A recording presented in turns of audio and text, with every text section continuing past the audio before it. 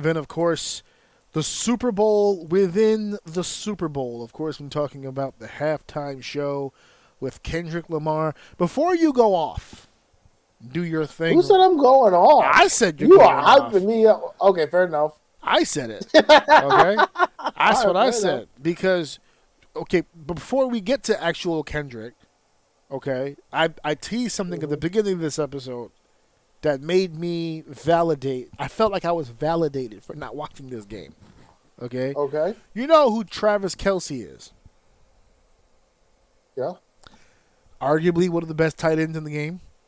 Arguably Sure. one of Patrick Mahomes' best targets on the field. Sure. I saw Brady Gronk. Seen it before. Yeah, there you go.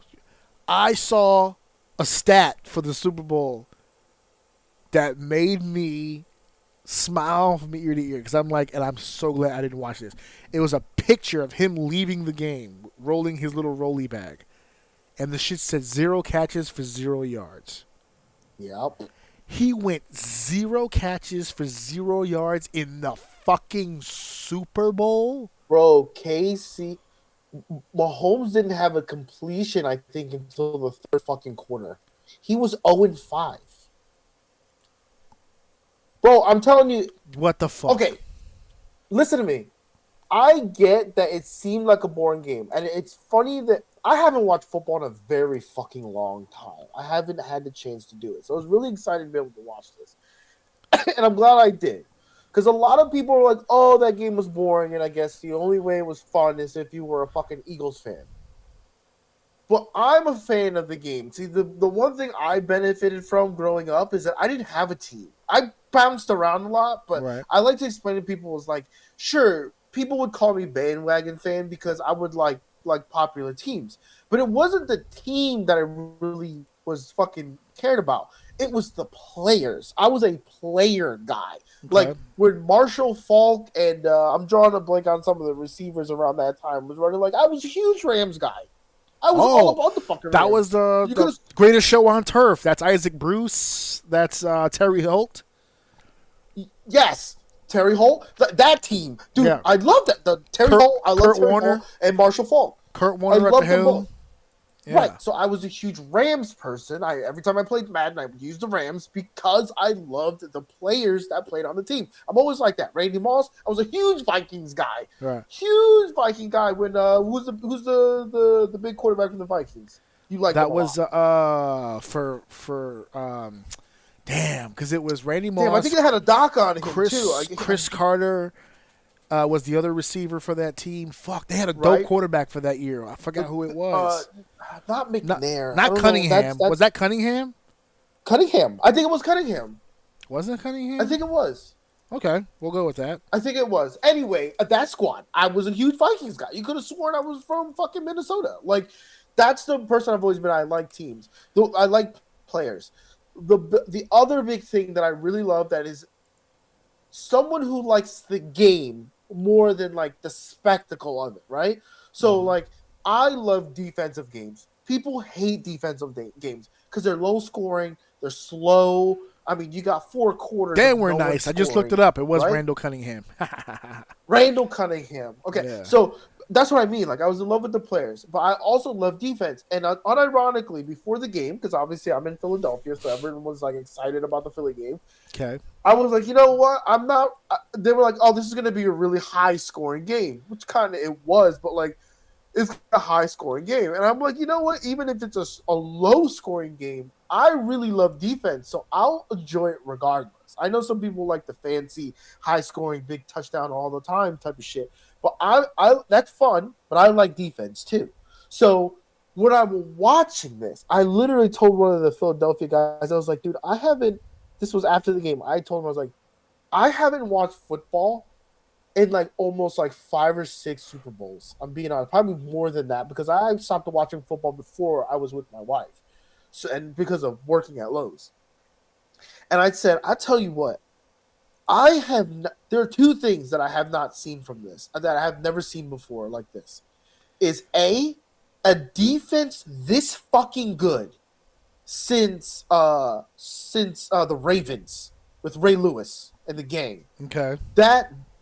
And I would argue this team was way fucking better than them. Way better than them. And Overall? then on top, overall, dude, this defensive team would smash that Ravens team. Like, absolutely smash that Ravens team. The way these guys fucking played was insane. They didn't run a single blitz the whole game, and Patrick Mahomes did not have a completion until the second half. I've never seen that shit in my life. Which is funny that you say that, because I just looked up the stats. I have it in front of me from the game itself, and you're saying he didn't get a completion until the second half, and I believe it based on the way that score looked. But it's very misleading, his end of the game stats, because Patrick Mahomes is here at 257 yards, 3 touchdowns, 2 interceptions. It looks like a pretty big game. That should happen in the It all happened in the fourth, yeah, because they scored the 22 points later. In the fourth, when the Eagles pretty much put it in cruise control. Bro, I've never seen a fucking defense that good before in my life. And this is the top. You're talking. People are saying like, oh, you know, Patrick, he's gonna do it back to back. To like, he's the one. Like everyone's idea was Pat is gonna take this is gonna be a really hard fight, and they made this shit look easy. They walked on these.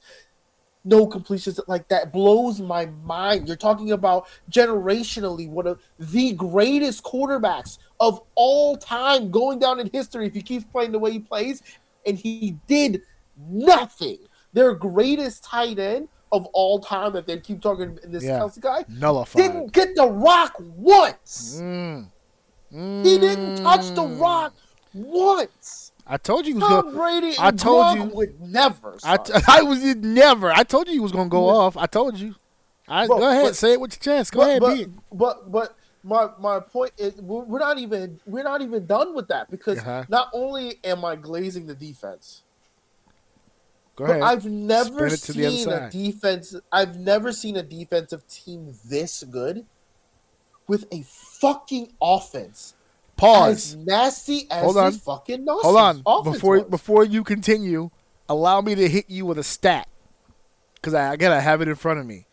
Starting quarterback of the Philadelphia Eagles, Jalen Hurts. I just gave you the Patrick Mahomes stats.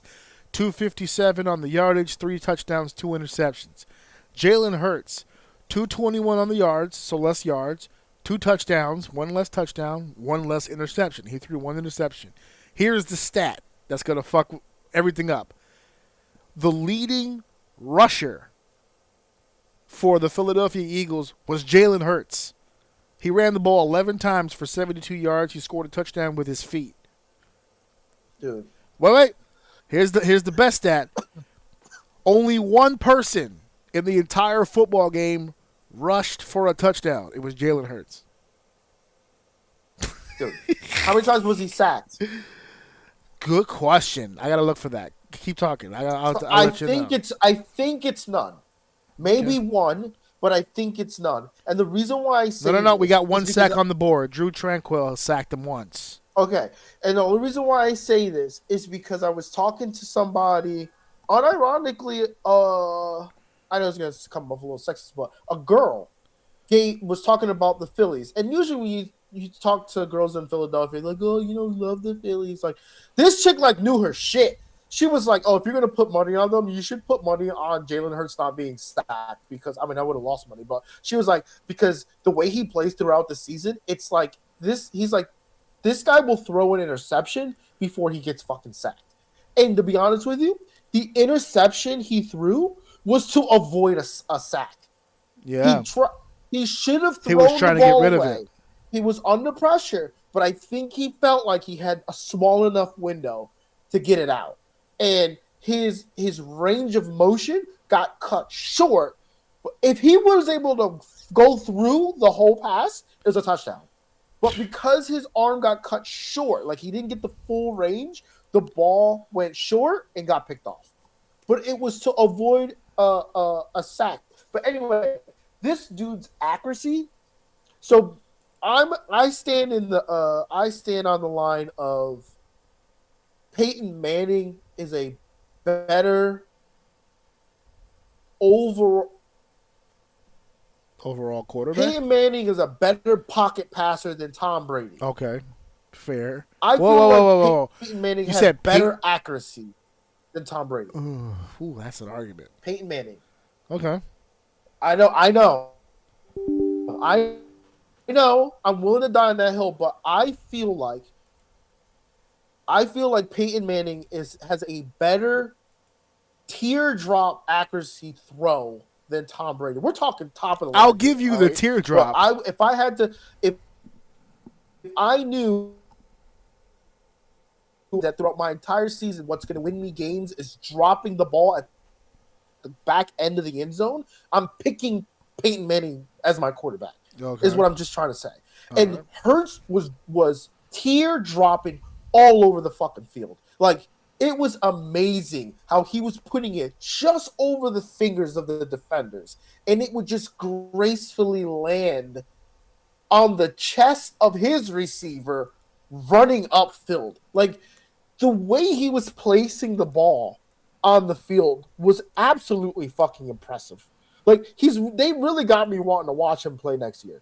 I miss all of it, but he was really fucking good at the quarterback position. So I know on paper it looked boring. I'm a defensive guy, so I enjoyed them shitting on KC. Like, I thought that was fun.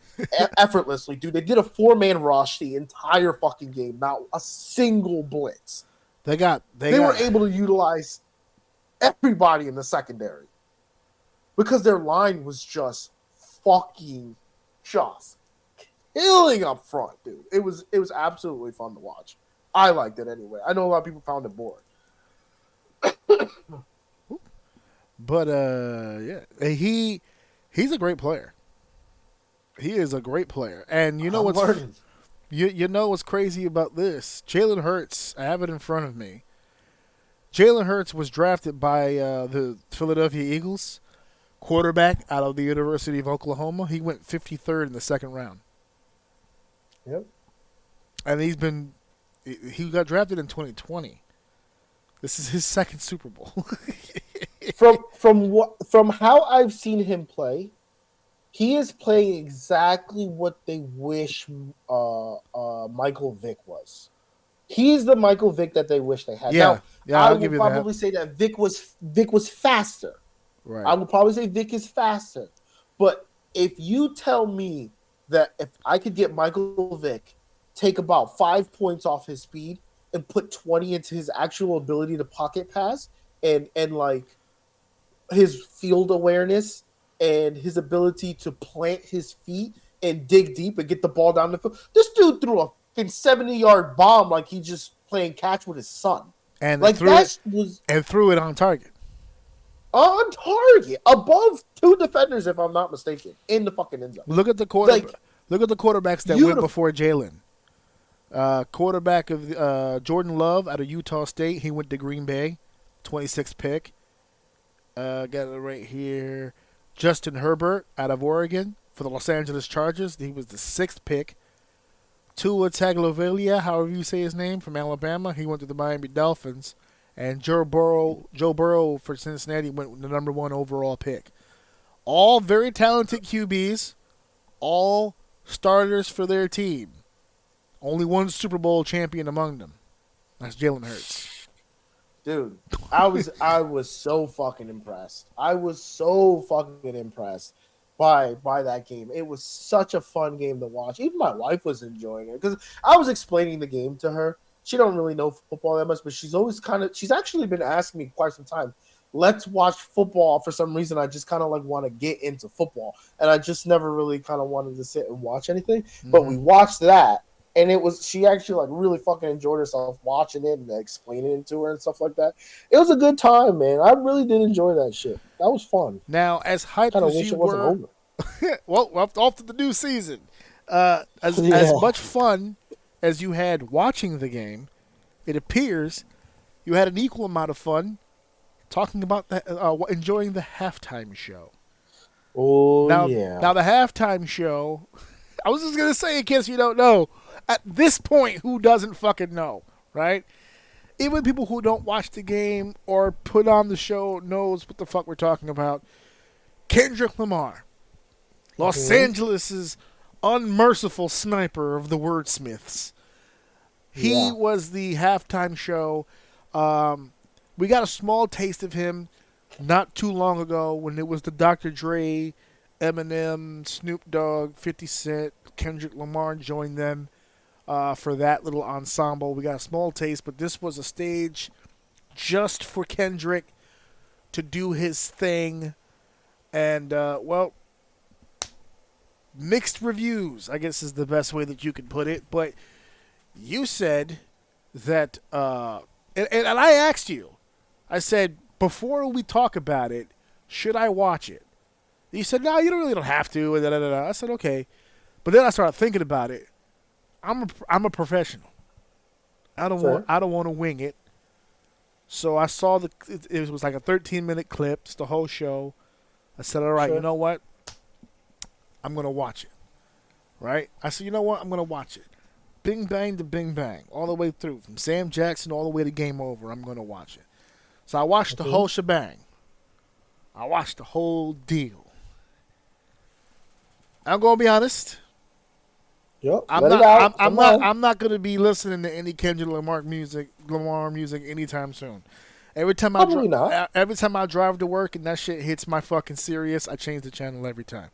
That pattern will probably continue. But as far as a stage performance, just in front of that building and that ambiance as a performance, wasn't half bad. It wasn't half bad. I got into a couple of the songs. I'm not going to lie. I have a very, how would you describe it? When he does the mustard scream, there's something in my chest. That just kind of activates when he hits that shit. He's just talking real quick. I said, mustard! That's like, yes! That shit hard. It goes hard. I like that. I hear it every time every time I make a burger in the house, because I have turkey burgers. We're on a diet. Every time I go for the mustard, I think of that motherfucker screaming that shit. Mustard! Yep.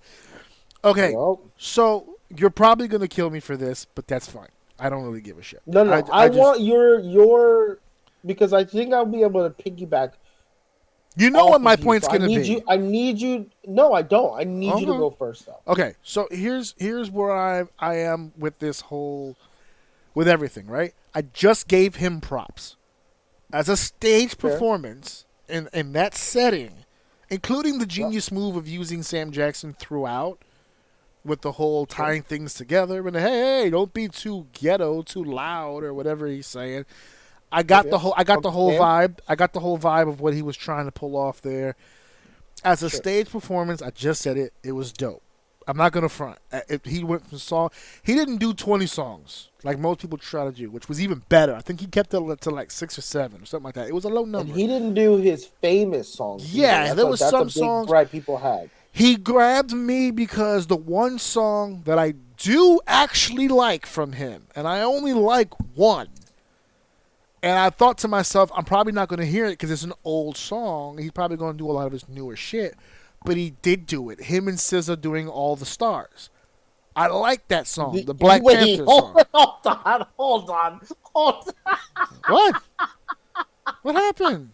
I don't know. No. It's nothing. It just, I don't know why that it just fucking blows me away that the one song you like from him is with SZA. Yeah, I like that song. That's fair.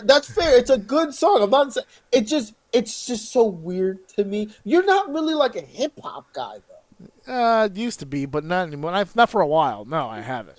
I could get down to it though. There's a lot of new guys that I kind of do listen to. I'm sorry.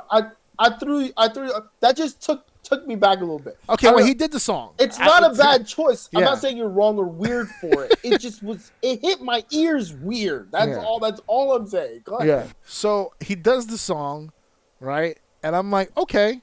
That kind of. He did it somewhere in the middle. So even though like he's going and he's kind of losing me, and then like he hits that song, and I'm like, oh, okay. And then we're flowing with it. So we're getting to the song that we all know he's gonna do. And people are hyping it up. Like, oh, he can't do it. He's in the middle of being sued or whatever the fuck. Of course he can fucking do it. Why would anybody think he can't do it? The song's better. Yes or He won yes and no. We'll get to that. Okay, but he just won a fucking Grammy for it. There's no fucking Doesn't matter. reason. But yes, go ahead. I'll put it like this. I was never under the impression he wasn't going to do it. That's fair. If you're going to hit me with there's a reason why he couldn't, that would have surprised me. I'll put it like that. If he didn't do it, I would have been like, oh, okay. So this must be some real shit. They're really worried about this. But I was expecting it. So then when he gets to it, hey, you know how people want to sue and da-da-da-da. Yep, that's the beat. And he starts doing it. And then he hit the fucking line that everyone's talking about where he goes, hey, Drake, I hear you like I'm young. And he says the fucking name, which is not in the lyric. Which is not in the lyrics. So that's a direct, he says, hey, Drake. No, that's not in the song. I believe he does. I think he slid that shit in there. And then I can double check. I'm pretty sure he says it in the song, but it's still shocking that he. Go ahead. Okay. But the point I'm trying to get to is this. This is the main overall point of where I am with this. I got you. Okay? This was supposed to be a diss record for Beef. That's what I was told. I don't follow it, like you said. Sure. But that's what I was told. They were beefing. Understood. And then this song came out, and it was the death blow. Ugh. This is Kendrick's Ether. That's what I was told. They're like, oh, this is his Ether. Fair. This is Nas to Jay-Z Ether. This is him to Drake. Not like us, right? So that's what I took it as. It was beef. That's what this was. So I was like, all right, cool. Props to him for lyrically being able to dismantle this nigga the way that he did. I'm with it. But then now the track is not like when I grew. But you just said a second ago, I'm not a hip hop head. I was in the '90s, and that's when Ether dropped. Sure. When Ether dropped, that shit was big. Everybody was talking about Ether. It's a whole deal. You might have heard it on the radio a few times, whatever the case may be. Nowadays, the way that you can consume music is there's way more places to consume it than there was back then. This motherfucking song is motherfucking everywhere. I can't take a shit without hearing this motherfucking song anywhere. And I'm being dead serious. This is a true story. You know I have a bathroom privately within my bedroom. I'll go into my bathroom, drop a deuce, no music, no nothing, just on my phone bullshitting. A car will drive by my window and it's on. Bim, bim, bim, I can't shake it. It's fucking everywhere. So it's driving me nuts. I went from the pop station on Sirius. They played it. I changed the station. I said another station. Went to the next station. The next song was that song. I said, fuck Sirius. They're playing with me. I turned Sirius off. Steph goes, hey, let's put the radio on. Put the radio on. This motherfucking song is on. It's everywhere. So I'm getting bugged out. I said, okay, fuck it. I don't even want to fuck with this no more. Then he wins a fucking Grammy for it. And I said, hold the phone. Hold the phone. Now the white folks is giving out awards to people for diss tracks? Yep, you're starting to smell something weird, right? And I said, wait a minute, because in the track record that I've seen, this is the same academy or the same group that gave Macklemore the fucking rap album of the year. Okay? Mm-hmm. And they're giving it to this guy who, again, I'm not a Kendrick Lamar fan, but the more he does stuff, the more education I get from other people. Apparently, my man K-Dot has been doing his thing for years. Oh, yeah, absolutely. Years, okay? Track after track after track, album after album, sales after sales, sold out shows across the country. This motherfucker couldn't get a sniff. He puts a track out that takes out one of the highest grossing rappers in the world, and now he's the new heir apparent. He gets the Grammys. He's got the Super Bowl. He had the Super Bowl. He had the Super Bowl locked in before the Grammys. But you're seeing the momentum. I'm seeing the momentum here, all based on one action, which was the beef. Because that's where we are. That's where we are. As good as he may be to some people, you can agree or disagree on his ability as a performer and as a rapper. All right, he's a Pulitzer Prize winner, so the man knows his way around a pen and paper. We get that. But all those accolades the records that he sold, the Pulitzer Prize win, the activism in his community, everything that he's done. Because he's not new to any of that shit. He's been an advocate for a while now. None of the shit he's doing now is new. But he's getting not only shine, but let's face it, pure out glazed by everybody. Just based on this fucking beef. Yeah. So, what am I missing? Because everybody keeps telling me, well, you got to look at the performance for what it is, right? He's got the subliminals out there. He's got the Samuel L. Jackson dressed up as Uncle Sam. Uncle Samuel L. Jackson. He's got the guys dressed up as the American flag. He's got the staging looking like a PlayStation controller because they're the ones who are suing him and all this shit that I'm supposed to be reading into, right? I'm supposed to be reading into all this shit because he's got a message upon a message upon a message, all this other stuff going on. Okay, cool. So, what I think I need cleared up for me is, what is the message that he is sending that is so different from every other person's message? What did he say on that stage that hasn't already been said? That's what I think I'm missing. Okay, so just to start this off, I am personally not a Kendrick guy either. Okay. I don't. He has a few songs that I bang with. Like, I'm happy he played "Be Humble," but again, that was a part of some of the messaging he's trying to send right now. So he's kind of doing a 2-for-1 deal.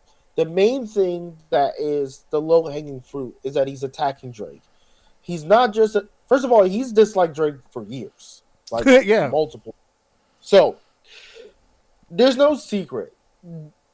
Listen, if you ask me, am I a Drake fan or a Kendrick fan? I'm by far a Drake. I mean, I only listen. I actually haven't listened to music that much since this beef started happening because it just doesn't even feel right to listen to Drake right now, considering how hard he got smashed. Once a man's dead, you kind of want to leave his legacy alone. I get it. It's tough. So I'm trying to let it cool down, but this motherfucker won't let off, and I haven't been able to listen to Drake. That horse has been dead. He's still beating the shit out of it. He's beating the shit. He lives inside of it. It's like Star Wars in this motherfucker. It's a tongue.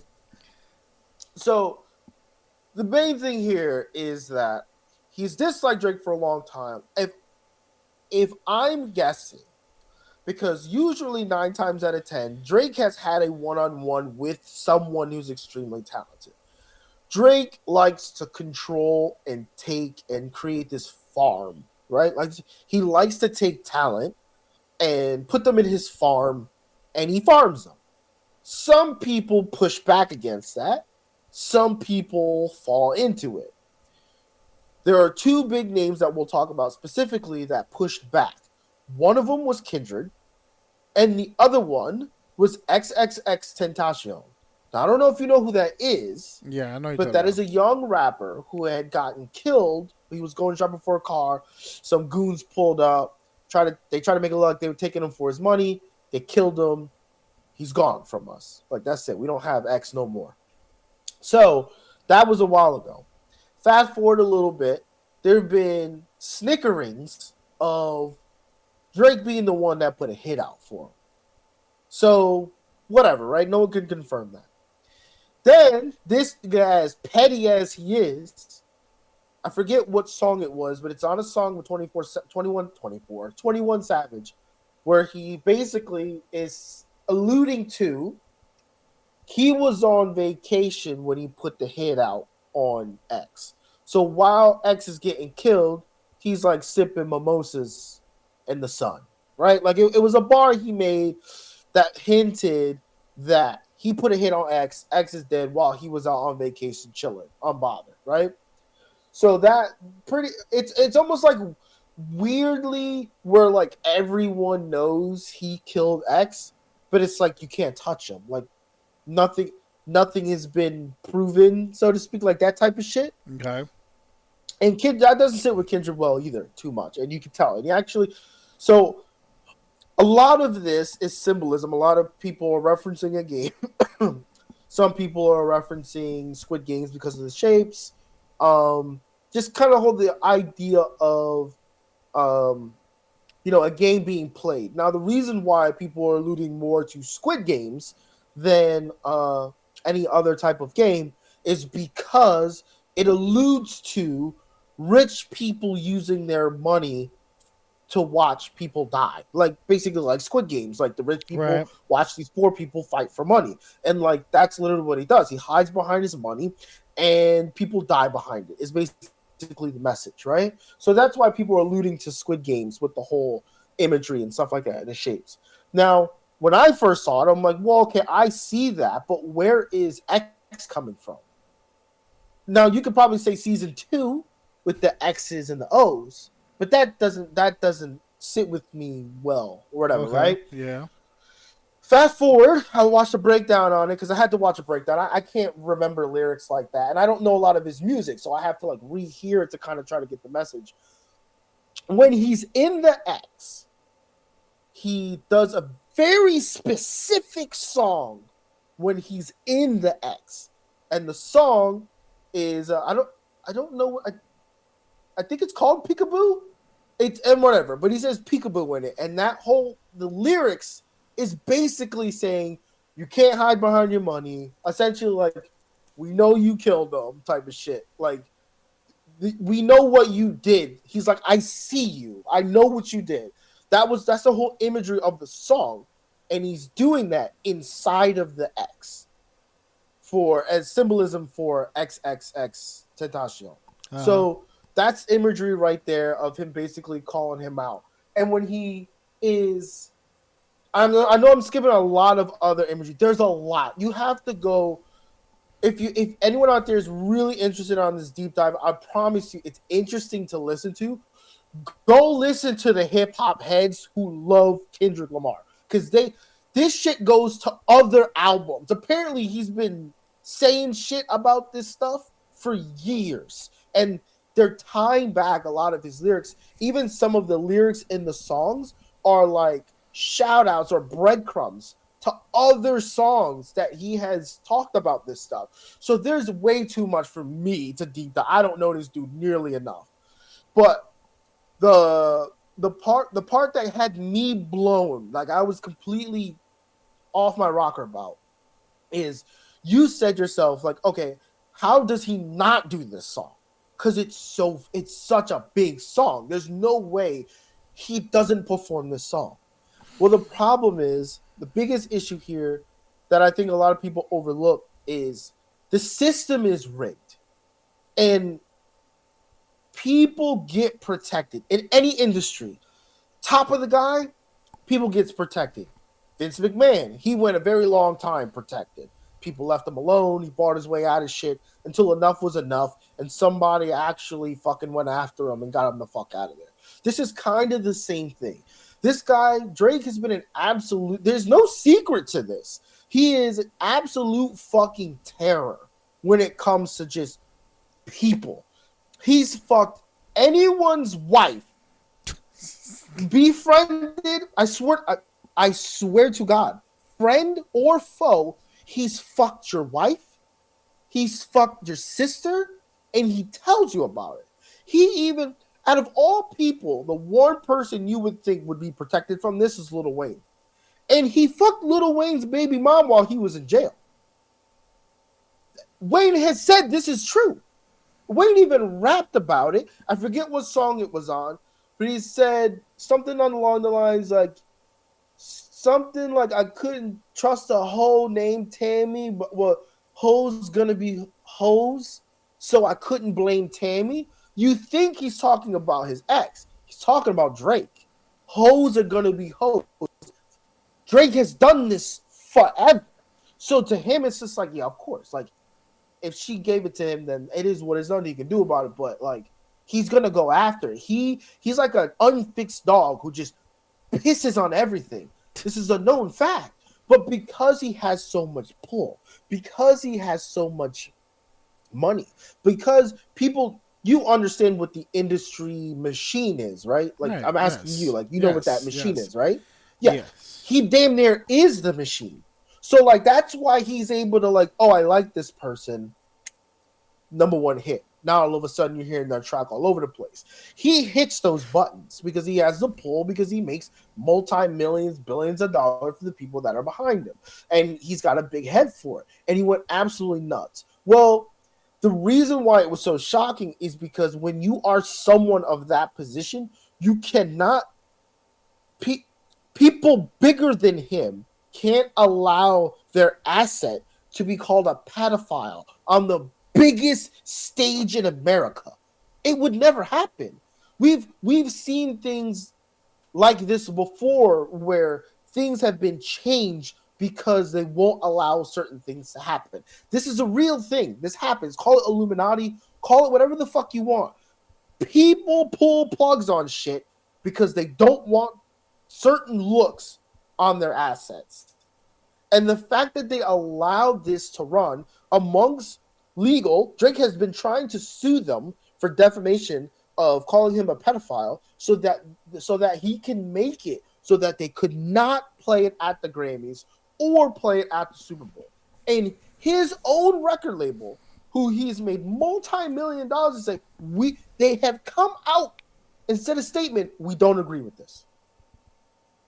When have you ever seen that in your fucking life? You never have. They would have protected this guy, but all of a sudden, he's pissed off the wrong people, and they got the right person to take his fucking ass out, who's literally been writing lyrics subliminally, based on like some of the breakdowns I'd heard. It just sounds like he's been building up to assassinate Drake for the past decade, because even some of his older songs, you're like, that makes sense. Like if you put Drake's face to the person he's talking to in this song, this makes perfect fucking sense. Not to say that he was, but it just makes sense. This guy is the guy to do it. He's a poet. He knows what he's fucking doing. He's got huge pull. This dude's got Crips and Bloods doing their iconic dances on stage together. The gangsters said themselves, we put our beef aside to come together for Kendrick on stage when he did his pop-out show. He had feuding rivals on stage dancing. I saw that together. show, or I saw that that part when they were all on the stage with him. Yeah, this is the guy to do it.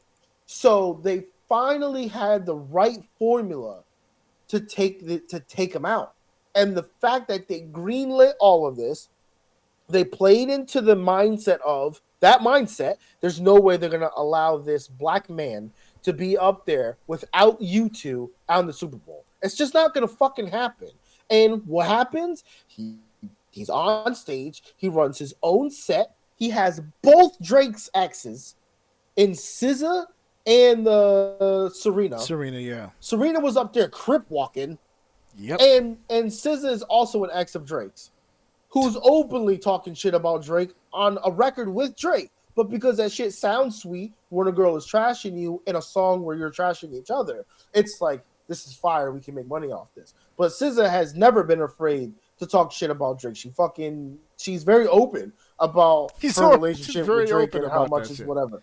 Yeah. So to have her up there, to have Serena up there, like, sure, it seems like, why are you wasting this moment of the Super Bowl, like this blessing that people get to be able to show their best work in front of you, to assassinate this guy, and he just has a bigger picture. That's why right before he plays it, he goes, this is bigger than rap.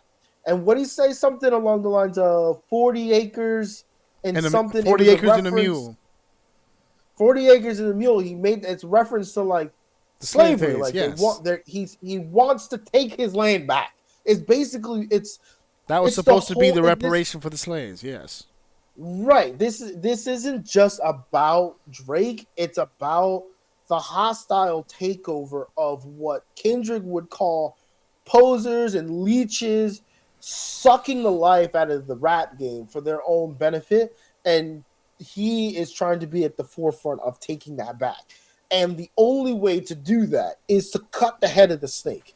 And the only person who has that much pull and power is fucking Drake. And no one else has been able to get this guy to shut up as much as they did as him. And the fact that the whites let him do it the way that he did on their biggest stage with the biggest promotions, the biggest income that comes from commercials. You're going to let this guy go on stage and do that? He wasn't just it's not like he just went up there and did a set. He was allowed to do this at the level that he did, the things that he did, and the biggest thing is he wasn't looking at the camera, and then for that quick second looked dead ass in the computer and into the camera and goes, "Hey Drake." That line alone is fucking crazy. Absolutely banana. Like, I don't know. And the crazy thing is that it's on the Super Bowl. So you're going to get a lot of eyes who don't give a fuck about this. And they think it's weird. It's like, dude, why are you beefing at the Super Bowl? Like, that's fucking stupid. And that's fair. I'm not going to tell anyone, oh, you don't get it. They don't get it. It's not for them. But they are aware of what's going on. Yeah, but you know what? You just said all that, and I have a counter, and I'd like you to comment on the counter. Because all that stuff that you said, perfectly fine. I all a solid point. You didn't say one wrong thing and all of that. But you just ended it right there with a major point. They allowed him to do this on the biggest stage humanly possible, right? With the Super Bowl. My retort is this. What does it matter the stage if only a small percentage of that audience that you were exposed to even got what you were trying to say? Yeah, it's awareness. But a lot of people who saw that didn't leave aware of anything. I think they were confused. No. And I don't there think are that's black people who were like, "What the fuck was this?" I don't think that's true. I think what it was is that they don't fucking care. Oh, that's the other side of it. I think that's the main side of it. Because I think they... For a lot of people who watched that, they were either already in the know. Yep. So that you're not making them aware of anything. They're already aware. Or it's the other side who was already aware and didn't give a fuck before he came on stage and gave even less of a shit when he got off the stage. So... Yes and no. Where are we at? Well, yes and no. Because he's doing this performance shitting on Drake and trying to, like you just said, trying to get that power away from him. Drake, meanwhile, is at a sold-out show performing as we speak. So, I mean, did it really... He's not dead in the water. He's still selling tickets, and soon he's going to start selling records again. He's not out of the business. You're not trying to explain this to me to tell me that Kendrick finished him off, did you? No, yes and no. So here's the thing: the saving grace for Drake would for him to revert back to the rap he used to do before. Oh, you want him to go back to Auburn? He can't do that gangster shit. He can't do gangster shit no more. He can't. That's done. That I'ma slide the op or the drill shit, like that's over for you. It's done. That's it. Not allowed anymore. But that's okay because I even like the original Drake a little bit better myself. Don't get me wrong; he's got some slaps. Right? But like the older stuff I listen to more than anything else. I love that. I love Petty Drake. Petty Drake is my favorite Drake. I love when he's but he just got all pettied. As my wife would say, very sassy. I like sassy Drake. I like the Drake that closes the refrigerator with his hips. Like that's the Drake music. That's the Drake music that I enjoy. Gets me in my bag. Now, the gangster stuff is cool, too. Like, it's fun. Like, he sounds good on it, whatever. But that drill shit, that, like, gangster, I'ma slide on the op, turn into the right, cut the lights off, that's over. That's done with. You cannot put that out no more. Because you know what's going to happen? You're going to put that song out, and you know the same white person that didn't give two fucks about that? When they put Drake, who plays in CVS's, by the way, on the radio, they're going to be like, oh, isn't that the pedophile? They're not going to say so, like, they're not going to say, is that the pedophile? Stop it. Don't do that. Don't do that. Come on. Those people don't give Don't do that. First of all, not only do those people not give a shit about Drake, they don't give a shit about pedophiles. How many motherfuckers are walking around? Now we're talking about that's a whole other fucking bag. That's what I'm saying. It's like, hey, I promise you. There are people still rocking R. Kelly shit. They don't give a fuck about pedophilia. Yeah, but the masses call them weirdos, though. It's not The going to stop him masses from call making those money. people weirdos. R. Kelly's That is making true, money in but- jail right now, bro. Come on. You making it sound like he's going to go into a hole and disappear for the rest of his life. This motherfucker's still going to be making money. Listen, Vince McMahon still walks this earth.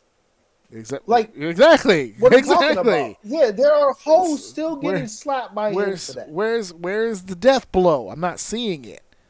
Yes, he got him it's- good. Yes, it's he a- did. He embarrassed the fuck out of him. He's clearly Kendrick hit. clearly It's a won the big- war, but still, Jesus Christ, he's not going anywhere. It's a big hit, and at the end of the day, this is why I wanted you to go first, because I had this feeling, and you're not the only one. I don't even get to talk about it with who I thought would have been like a rap person at my job, because like even they are kind of like, yeah, it was cool.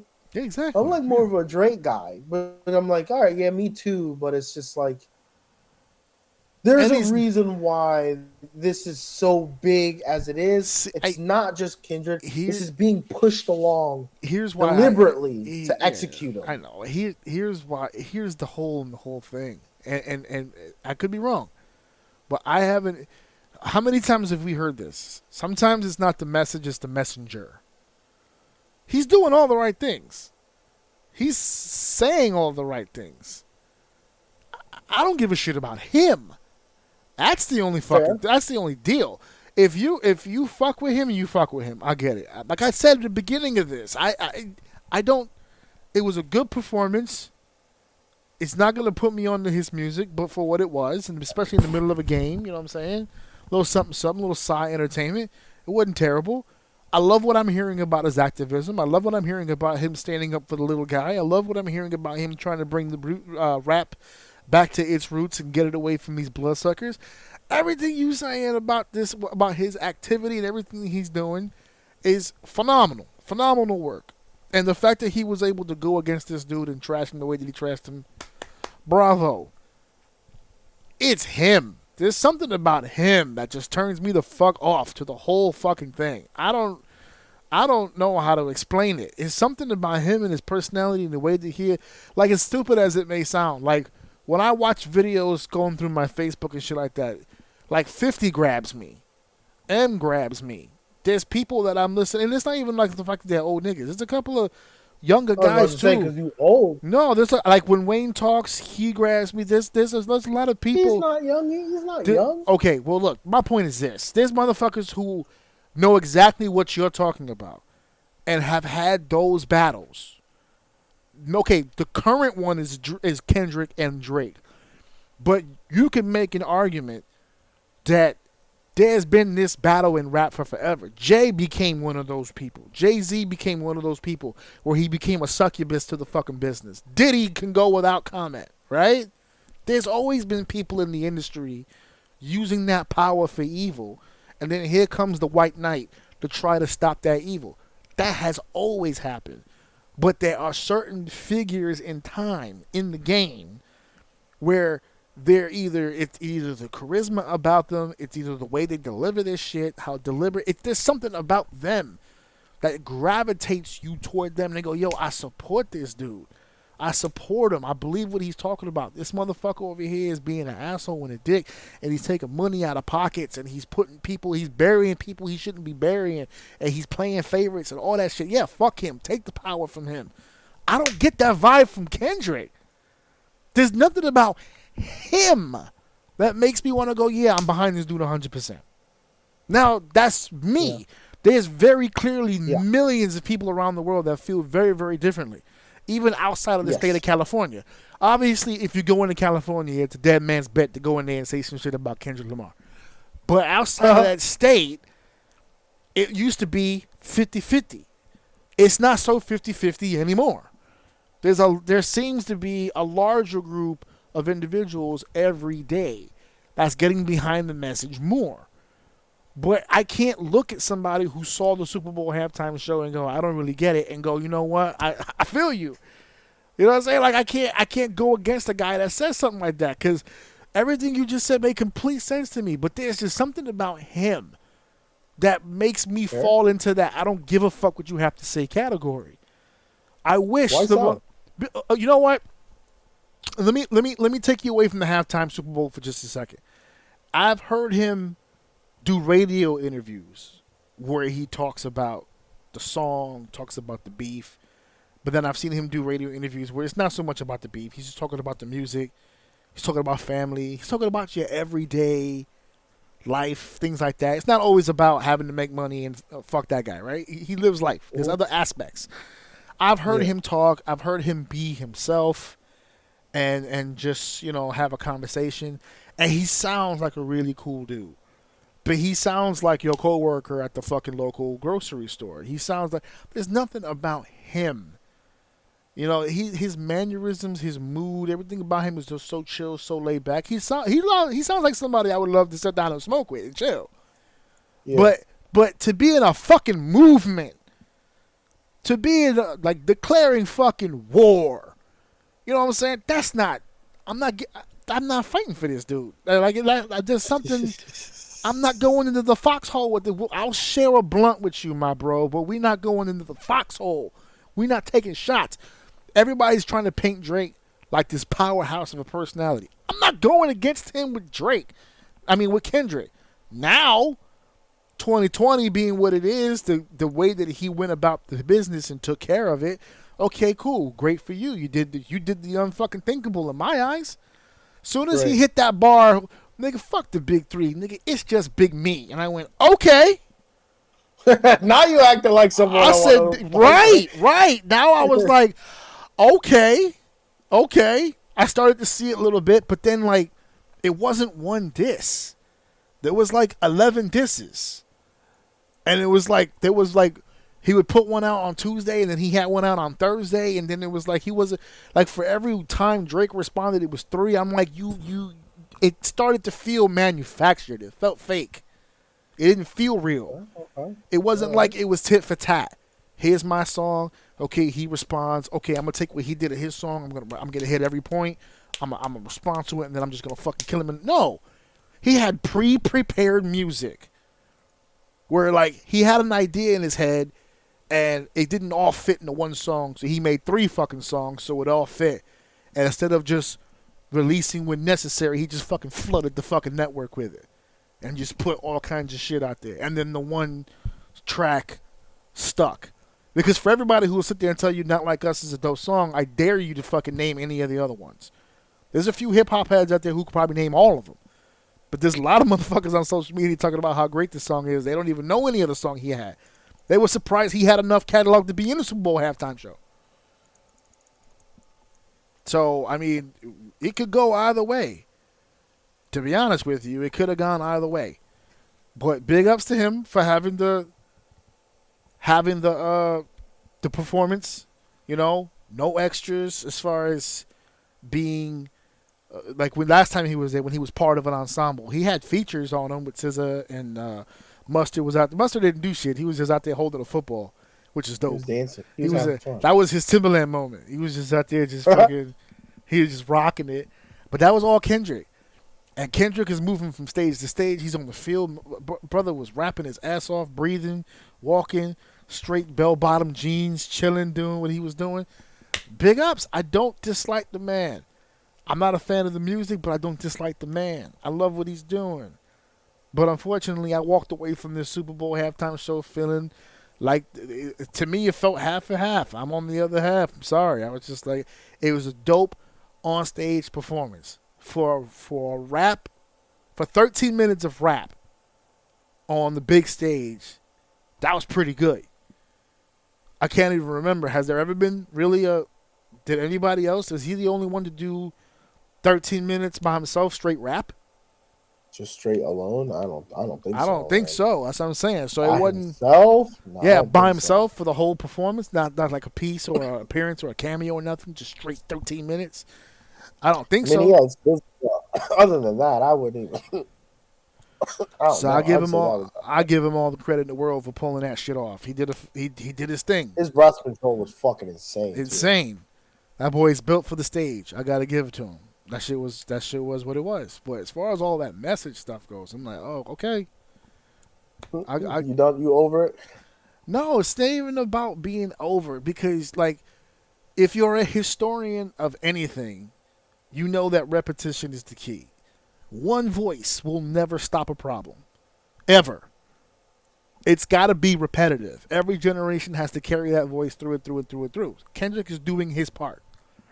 He is one of a long line of other African American leaders in their community who have pushed and pushed and pushed and pushed and pushed. Kendrick Lamar does not get to that stage without the black advocates before him. And so on and so forth. Kendrick just did the fucking Super Bowl. So for every door that was opened, for everybody who took a beating for sitting in the back of that bus, to then fast forward to a black man being on that stage, believe it or not, Kendrick just opened up another gigantic big door. Absolutely. Because today, it's split half and half. Tomorrow or the next day, it might be more favorable in the other direction. You don't know. But that's what this kind of progress does. So it's not about me being tired of the message. We need to keep hearing the message. My only issue is the fact that everyone's making him out to be this fucking great messiah of something that's already... He's not hashing anything really new.